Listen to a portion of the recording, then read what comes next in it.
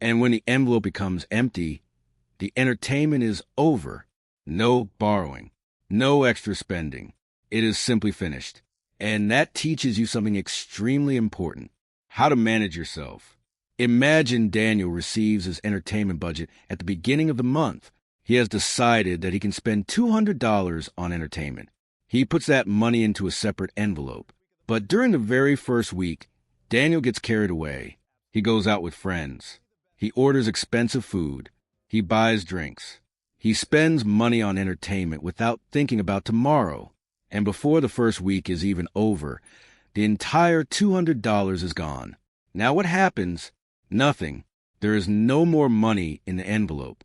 He cannot simply borrow from next month's budget. He cannot pretend the money is still there. His entertainment budget is finished. So Daniel spends the remaining 3 weeks at home. It may feel uncomfortable. It may even be frustrating. But he has learned a valuable lesson. Next month, he will think twice before spending everything during the first few days. He will slow down. He will control his pace. And he will learn how to make his money last. That is the real purpose of the envelope method. It is not about punishing yourself.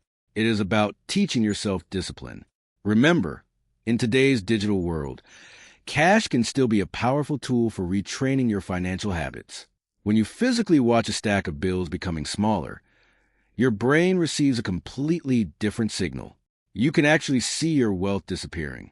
You can feel the cost of your decisions. And that creates awareness. Now, let's move to another powerful technique: delaying a want instead of immediately satisfying it. Today, we live in an age of instant gratification. You see something, you want it, you click a button, and sometimes it arrives at your doorstep the very next day. This speed may be convenient, but it can quietly destroy your financial discipline. Kakebo introduces something very different. It introduces a cooling-off period. Imagine Marcus is scrolling through an online store one evening. Suddenly, he sees a watch he really likes.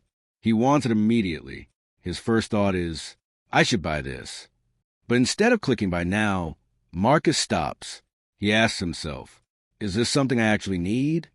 The answer is no. It is simply something he wants. So he does something different. He does not buy it. He writes it down in his notebook under a section called Things I Want. Then he waits. 30 days. No purchase. No impulse. No immediate gratification. 30 days later, Marcus opens his notebook again and looks at the same watch. Then he asks himself, do I still want this? And something interesting often happens. The excitement is gone. The desire has disappeared.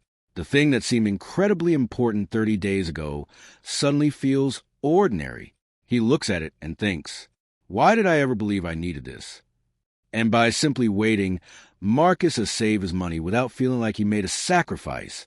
But what if 30 days pass and he still wants it just as badly? Then he can buy it, because now it is no longer an emotional purchase. It is a conscious decision. There is a huge difference between buying something because you suddenly feel like you need it and buying something after thinking about it for 30 days. One is impulse. The other is intention.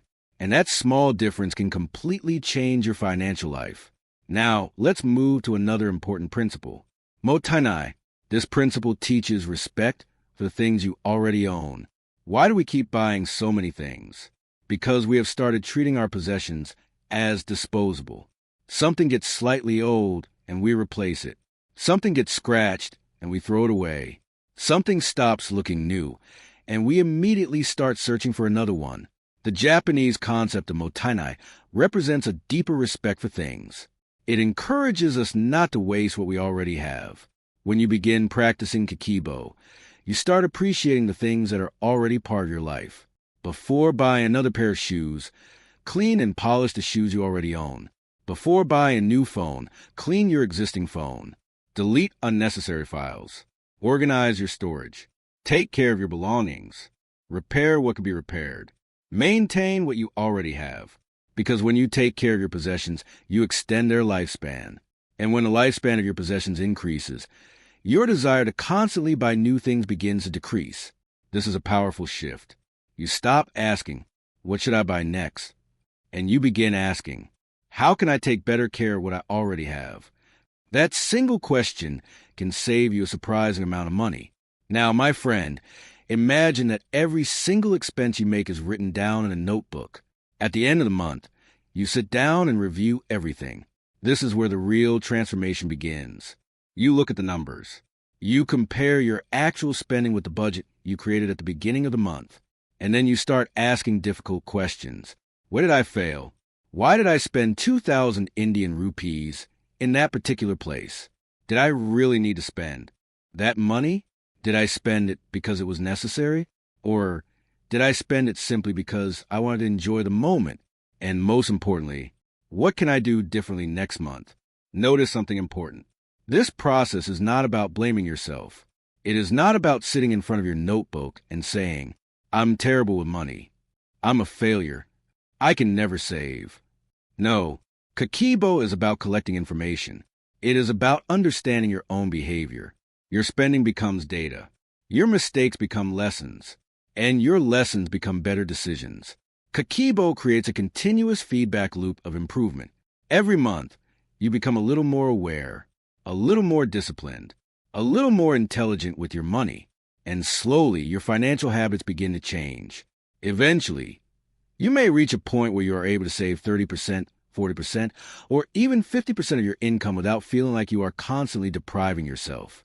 You did not necessarily become rich because your income suddenly exploded.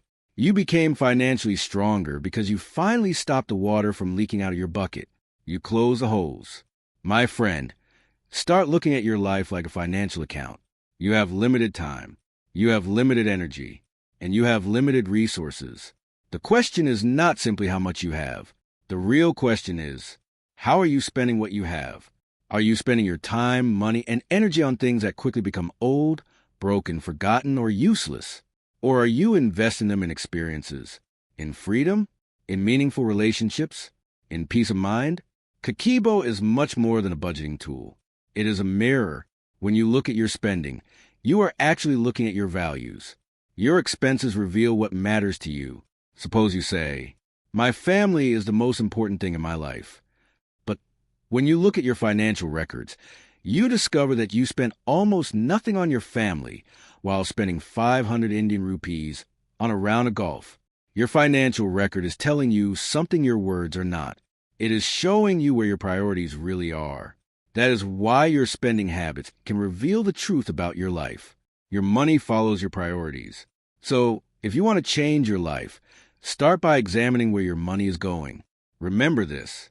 The road to wealth does not always begin with a lottery ticket. Sometimes it begins with a notebook. Sometimes it begins with a pen. And sometimes it begins with one honest look at your own spending. So here is your mission. Take a 7-day challenge. For the next 7 days, write down every single expense you make. Every rupee, every dollar, every purchase, everything. You can write it in a notebook. You can write it on a piece of paper. You can even write it on your phone if that is what you have available. It does not matter where you write it. Just write it. Did you spend 100 Indian rupees on a snack? Write it down. Did you spend 500 Indian rupees on fuel? Write it down. Did you spend money on something you did not even need? Write it down. Do not hide anything from yourself. For 7 complete days, record everything. Then, when the 7 days are over, sit down and study your list. Take a pen and circle your unnecessary purchases. Mark your impulse spending. Highlight the things you bought simply because you wanted them in that moment. Then calculate how much money you actually threw away. You may be shocked. You may discover that you are wasting far more money than you ever realized. And that realization is extremely important because awareness is a first step toward transformation. You cannot change what you refuse to see. So begin by seeing it. Then write down your Kakebo commitment. Write this sentence somewhere you can see it every day. I am the owner of my money. My money is not the owner of me. Let those words become more than a sentence. Let them become a decision. Let them remind you that your money should serve your goals, not control your life. And remember one final thing. Every day, learn something new. Think in a new way. Try something new. Keep learning. Keep growing. Because the person who continues to learn today becomes stronger, wiser, and more capable tomorrow.